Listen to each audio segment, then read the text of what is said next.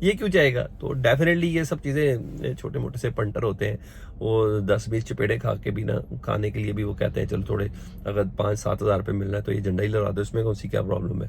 تو یہ بھی چیزیں ساری فکس ہوتی ہیں. تو اگر میں شیر افضل مروت صاحب کی بات کو درست سمجھوں تو پھر یہ ایسا ہی ہے. تو وہ جو انہوں نے حکومت نے جو بیانیہ بنایا تھا اس کو ڈیفیوز کیا ہے پاکستان تحریک انصاف نے کہ ہمارا تو کوئی تعلق ہی نہیں ہے، ملان لا تعلق ہی کرتے، یہ کوئی پٹواری ہے جس کو گرفتار بھی کیا اور جس کے خلاف قانونی چارہ جوہی کر رہی ہے. ایک اور خبر خوش آئند ہے، وہ کہتے ہیں وہ اپنے ہاتھ سے اپنے منہ پہ تماچے رسید کرنا. یہ کہتے تھے خان صاحب کیا کر کے گئے. خان صاحب پاکستان کی نا جو بنیادی جو یہ تو اپنے معاملات چل ہی رہے ہیں نا، طاقتور حلقے یہ سب چیزیں چل رہی ہیں، لیکن ان سب کی آنکھیں، ہاتھ اور کان جو ہوتے ہیں نا وہ لوکل گورنمنٹس کے اندر وہ بیوروکریسی ہوتی ہے. تو خان صاحب بیوروکریسی میں بہت بڑے کام ڈال کے جا رہے تھے. یعنی بیوروکریسی دوست ہوگی کو فساد کی جڑ تو یہی ہے پاکستان میں، بیوروکریسی.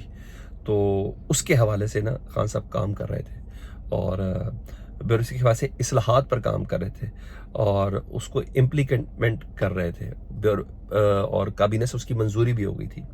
تو عمران خان صاحب نے جو بیوروکریسی کے حوالے سے اصلاحات کی تھی اس پر اب حکومت نے امپلیمنٹ کرنے کا فیصلہ کر لیا ہے اور عمران خان صاحب کی بے شک کوئی کامیابی میں کوئی شک نہیں ہے. انصار عباسی صاحب اس کو کوٹ کر رہے ہیں، وہ رپورٹ کر کے کہتے ہیں کہ سول سروسز اصلاحات پر عمران خان کی حکومت کی ٹاسک فورس نے ملک بھر میں 68 سیشنز کیے تھے اور 68 متفقہ سیشنز کیے تھے جس میں مختلف شعبوں سے تعلق رکھنے والے 3000 سے زائد افراد 2 سال تک مشاورت کرتے رہے. 3000 سے زائد افراد جناب یہ کوئی چھوٹی چیز نہیں ہے، 2 سال تک مشاورت کرتے رہے. اچھا جی، اور مشاورت کے علاوہ انہوں نے کہا جب مشاورت کی اور اس مشاورت کے بعد ہی جا کر جب انہوں نے مشاورت کی تو یہ سول سروس کا ڈھانچہ سمجھ میں آیا تھا اور پروسیس اور مراحت کو جدید بنانے کے لیے تجاویز تیار کی گئی تھی. انہوں نے کہا کابینہ نے منظوری بھی دے دی تھی عمران خان صاحب کی، مگر اب پی ڈی ایم کی حکومت نے اس کو کالعدم کر دیا تھا اس وقت اور اس کو ریورس کر دیا تھا. عمران خان صاحب کی ان پالیسیز کو نہ صرف ریورس کیا تھا بلکہ انصار عباسی صاحب بتاتے ہیں کہ موجودہ حکومت پی ٹی آئی اصلاحات لانے پر اب غور کر رہی ہے. مطلب اب عمل کا فیصلہ کیا گیا ہے، یعنی عمران خان صاحب کی بات اب مکمل کی جا رہی ہے، عمران خان صاحب کی سوچ اب مکمل کی جا رہی ہے. مجبوری ہے، کیا کریں؟ اگر صحیح کیا تو کس حد تک روکیں گے؟ یہ کوئی ہیلتھ کارڈ تو ہے نہیں جس کے بدلے میں آپ نے ایک صحت کارڈ بنا دیا، دوسرا آپ نے مزدور کارڈ بنا دیا ایک، اور پتہ نہیں کون کون سے کارڈ بنا دیے، صرف ایک کارڈ کا کاؤنٹر نہیں نکال سکے آج تک آپ. تو عمران خان صاحب کی سول سروس کی جو اصلاحات ہیں نا اس پر اب عمل کرنا ہے، کیونکہ اگر بیوروکریسی کو آپ نے بہتر کرنا ہے تو یہاں تک باتیں ہیں. اور ہاں ایک اور میں نے بتایا وہ زبانی جھوٹے بیانیے بنائے جا رہے ہیں. تو برطانیہ کے حوالے سے خبر تھی نا کہ گستاخی ایک قاضی میں کچھ لوگوں کو ڈیپورٹ کیا جا رہا ہے، 23 کوئی 26 لائک یہ والی ساری چیزیں چل رہی تھی. تو گرفتاریاں ہو رہی ہیں، یہ سب ہو رہا ہے، پوچھ گچھ ہو رہی ہے، سب ایسا کچھ بھی نہیں تھا سر، کچھ بھی نہیں ایسا تھا. اب پتہ چلا ہے کہ کسی کو تو نامزد تک نہیں کیا حکومت پاکستان. ہاں پاکستان میں آپ جو مرضی پاسپورٹ ان کے بلیک لسٹ میں کر دیں، شناختی کا کیسے کر دیں، اٹس اندر تھنگ. بھائی پاکستانی ہائی کمیشن نے باقاعدہ طور پر آج درخواست دی ہے حکومت برطانیہ کو بغیر کسی کو نامزد کیے. یہ جو اتنے نام وام لے رہے تھے پاکستان کے اندر لے رہے تھے، وہاں یہ لے نہیں سکتے نا، کیونکہ وہاں یہ تو کہتے ہیں یہ تو بڑے ایکشن ہو گئے، تو کوئی ایکشن ہی کچھ نہیں ہوا ہے، تو سب ڈرامہ تھا. پاکستان میں نام لے سکتے ہیں، باہر نام نہیں لے سکتے. باہر نام لیں گے تو الٹا ان کو جرمانہ کرنا پڑ جائے گا، ان کو جرمانہ بھرنا پڑ جائے گا. اگر سو کر دیں گے بھائی ہمارا نام کیوں دیا، ہم تو احتجاج کر رہے تھے، پرامن احتجاج کر رہے تھے، چاہے زلفی بخاری ہو یا کوئی بھی ہو، ملیکہ بخاری ہو یا کوئی بھی ہو. تو انہوں نے کچھ بھی نہیں کیا سر، صرف باتیں ہیں کہ وہ ہو ہم نے تو عزت قاضی کے اندر بہت زیادہ بڑے اقدامات اٹھا لیے. یہ تھی.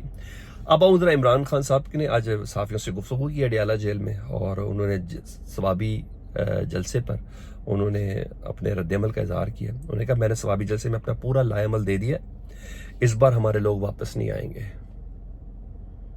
کلیئر کر دیا انہوں نے کہ اس بار ہمارے لوگ واپس نہیں آئیں گے. ہمارا احتجاج جمہوریت اور آزاد عدلیہ کی بحالی ہے، یہ ہمارا موٹو ہے، جمہوریت اور آزاد عدلیہ کی بحالی ہے. 126 کا جو ترمیم ہے نا، ہم نے اس کو ختم کرنا ہی کرنا ہے، کروانا ہے. اور بے گناہ کارکنان جو ہمارے جیل کے اندر ہیں ان کو رہائی دلوانا ہے. اور آئندہ چند روز تک میں خود مکمل تیاری اور مارچ کی تاریخ دوں گا. ہماری مکمل تیاری کا میں نے حکم، اور مارچ کی آئندہ چند روز کے اندر میں پوری تاریخ دوں گا. ہمارے سارے کارکن ہر قربانی دینے کے لیے تیار رہیں. جتنے بھی عہدیدار ہیں، ممبران اسمبلی ہیں، ناظمین ہیں، ٹکٹ ہولڈرز ہیں، ورکرز ہیں، سپورٹرز ہیں، اپنی تیاری مکمل کر لیں اور لوگوں کو موبلائز کریں. مجھے اپنی باہر موجود ٹیم پر مکمل طور پر اعتبار ہے. تو خان صاحب نے ہر مکتبہ فکر کو بتا دیا کہ اس بار ہم واپس نہیں آئیں گے. تو علی امین گنڈا پور صاحب کی وہ جو سفید چادر والی بات خان صاحب کے ساتھ نہ کروں، تو علی امین گنڈا پور وہی کہہ رہے تھے، لیکن اپنے جذباتی انداز میں جو خان صاحب کہہ رہے تھے. فیڈ بیک سے متعلق ضرور آگاہ کریں. اپنا بہت خیال رکھیں. اللہم صلی علی محمد و علی محمد.